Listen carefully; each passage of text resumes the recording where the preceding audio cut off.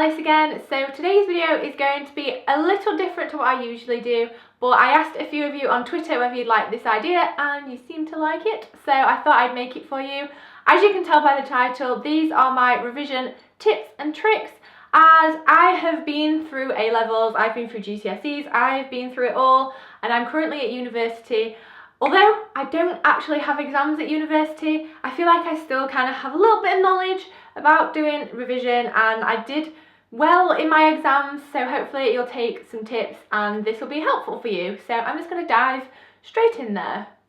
First of all, I don't actually have any of the physical things to show you because obviously I'm not revising for any exams, so I don't have them, but I do have some photos, so I'll be flashing up some photos randomly of the things that I did when I was revising, and you'll see how much revision I actually wrote, and it must have helped because I passed and I got good grades, so yeah, hopefully this helps. The first thing I used a lot were flashcards. I had like huge stacks of flashcards, I'm not even kidding, like huge, and I stapled each corner and strung them all together so they were on a bit of a string so you could like flick through them all without them like getting lost and all jumbled up.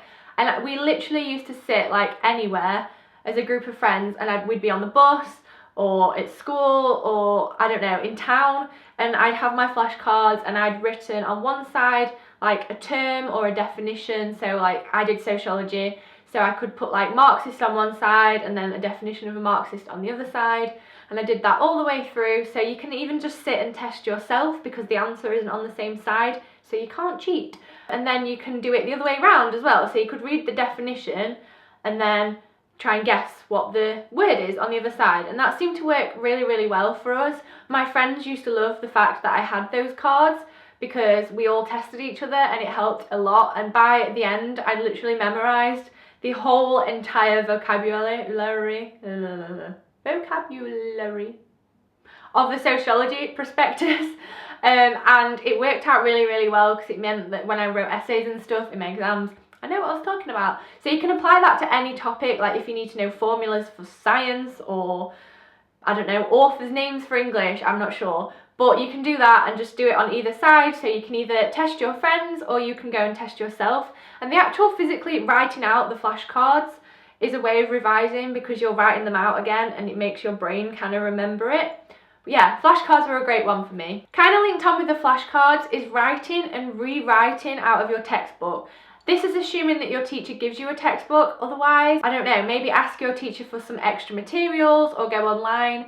But basically the idea is just to copy it out. So I used to just get an A4 pad of paper and just read through my textbook and not write it out word for word, just write out like the really important bits. And then I'd go back through my little sheet of paper, not so little, a lot of paper, and highlight the bits that were important. So if I ever just had time just to sit down, I could just sit and either read the whole thing or just browse through the highlighted bits that were important. And I used to find that really helpful. And most of the time, to be honest, I made my flashcards from this piece of paper. I like how I'm like gesturing as if this piece of paper is here. But yeah, I used to write my flashcards from those notes. So I used to write them out and then highlight them and then write them out on my flashcards and then test myself with the flashcards. It takes a lot of work, but if you want to pass well, you've got to put the work in, I'm afraid. There's no like secret tip. If that's what you're looking for from this video, I'm sorry, but it's just like repetition. Another one that I found very useful, and I know I have some pictures for this, so I'll be putting them on the screen, but mind maps are so handy. If you have a blank wall in your room or on the back of your wardrobe door or on the fridge, I don't know, anywhere, make some mind maps, go through that same list that you wrote on the piece of paper and summarise them in literal, just like one word things. So again, sociology, I used to take all the subjects of sociology and then take their subtopics and then like do little lines out of them and then make things. You'll see it on the picture. But yeah, my whole entire bedroom wall was full of my sociology module, but it meant that every time I sat on my bed, I forced myself to just sit on the bed and look at the wall and read it, and then I'd close my eyes and like picture it on the wall and recite it again. And I have a photographic memory, so if you do as well, that's kind of helpful because you can physically, like once you've looked at it for long enough, you can picture it in your head and then like put everything to the right like person and the right theory and all the stuff like that. Again, that can apply to any topic, you just have to change it. Just do like the different modules for the topic and the different subtopics, and then like which people belong to which bit.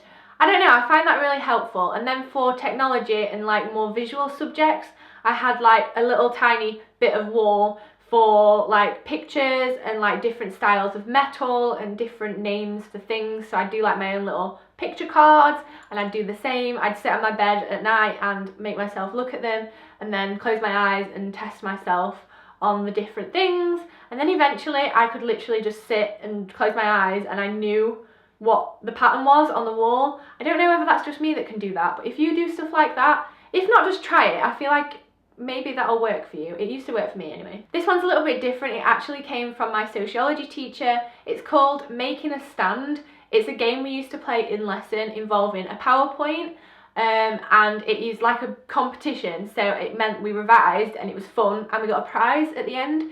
Basically, we had keywords that popped up on the PowerPoint, and so one slide was a keyword and the next slide was the definition, and then so on and so on and so on.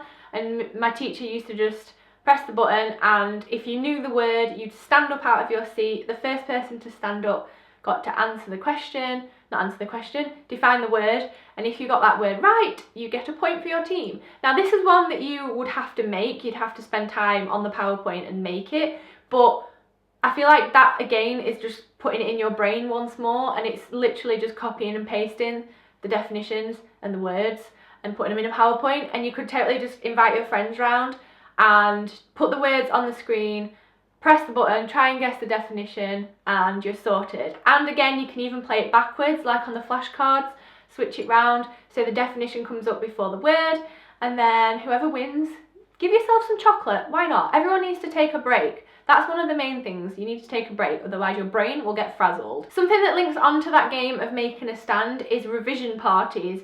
Now the word revision and parties aren't often put together, and that's something my teacher kept telling me when I was holding revision parties, but they worked, and I feel like it was helpful for each other. You could spend one-on-one time with your friend who knew something that you didn't, and then you could probably help them. It honestly really helped. Again, my sociology class, I probably invited like 8 of my friends round to my house. Everyone brought like some sweets and chocolate. We put Making a Stand up on the telly. We had my flashcards, we had my notes, and we just went through it all, and we actually did it. We like made a point of doing it. That could easily turn into just a little gossip session, but you have to be strict on yourself. That's the whole point in revision. You don't want to do it, but you've got to do it, so you've got to be strict. So we used to like do it for an hour, and then after an hour we'd have a break, have like a 10-minute break to eat some food, have a gossip, watch some TV, and then we start again. And we actually got a lot done. I feel like if I'd asked my friends how helpful they found that, they'd probably tell me it was really helpful, and it was fun because you got to hang out with your friends. So they are the basic things that I did, like the physical things that you can do to help out on revising. In general, I feel like you just need dedication. I feel like you need to have the self-motivation to go and do it. Maybe making a revision schedule is the way to do it for you. I know I couldn't make revision schedules because I don't stick to them, and then I just feel bad. So I just used to tell myself, right, you need to revise now, and then go and revise. I actually used to revise with the radio on, really quiet, so I could hear something and it wasn't too quiet because I don't like working in quiet rooms. I'd set my phone to beep every half an hour.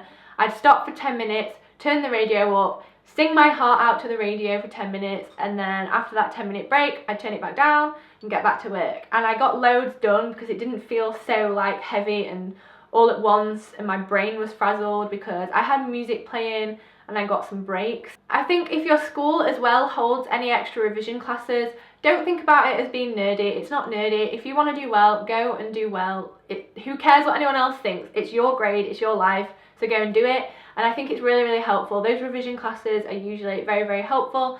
So if you have anything like that like available to you, definitely take it up. It's really annoying having to stay at school longer, but you're gonna feel good about it once you actually pass. And teamwork actually works out really well for revising because you'll find a lot of your classmates are in the same position. Maybe you'll get to school in the morning and everyone will be like, did you revise last night? And everyone was like, no. So I feel like motivating your friends is a key as well. I feel like I was a bit of a nerd in the group, so I was the one that was telling everyone to do their revision.